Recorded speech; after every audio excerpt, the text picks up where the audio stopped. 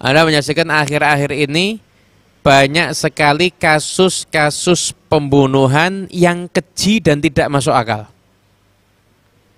Yang sampai-sampai kita tuh akan mengatakan kok bisa ya? Kok tega ya? Kok terjadi ya? Jadi kasus-kasus kriminal yang sangat keji dan itu di luar akal manusia, bahkan maaf lebih mengerikan dibandingkan hewan sekalipun. Sejahat-jahatnya hewan, ada nggak yang bunuh pasangannya sendiri? Ada nggak yang bunuh ibu dari anak-anaknya sendiri? Nggak ada, tapi manusia sekarang terbukti lebih jahat sekalipun dari hewan.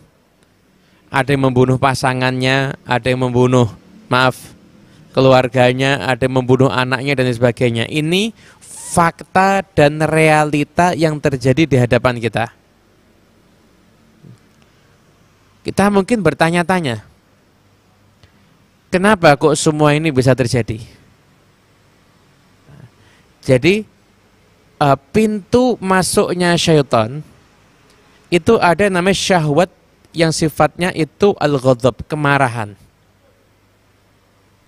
Maka pernah suatu ketika syaitan menyampaikan kepada Nabi Musa alaihissalam, syaitan, ingatlah aku ketika marah. Ketika seseorang itu marah, maka aku masuk dalam dirinya. Pandangan, bahkan matanya menjadi mataku. Kemudian akalnya aku permainkan, bahkan aku masuk sampai aku mengikuti dia di aliran-aliran darahnya. Jadi sekujur tubuhnya sudah dikuasai sama syaitan. Kan dikatakan orang yang marah itu dikuasai syaitan seperti anak kecil menguasai bola. Dibawa ke sana, tendang ke sana, lempar ke sana, buang ke sana. Itu gambaran orang yang kemarahan di dalam genggaman syaitan.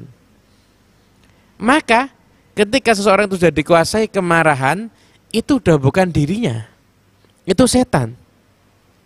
Ketika setan diizinkan menguasai dirinya, maka yang terjadi ada hal-hal yang keji, yang di luar peri kemanusiaan, bahkan mungkin di luar peri kehewan, ya, hewan sekalipun nggak seperti itu. Itu yang terjadi.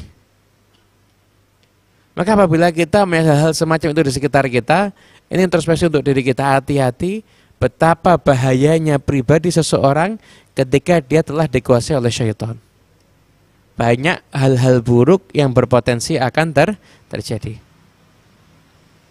Orang itu kalau marah, itu tindakannya semua nggak ada yang masuk akal.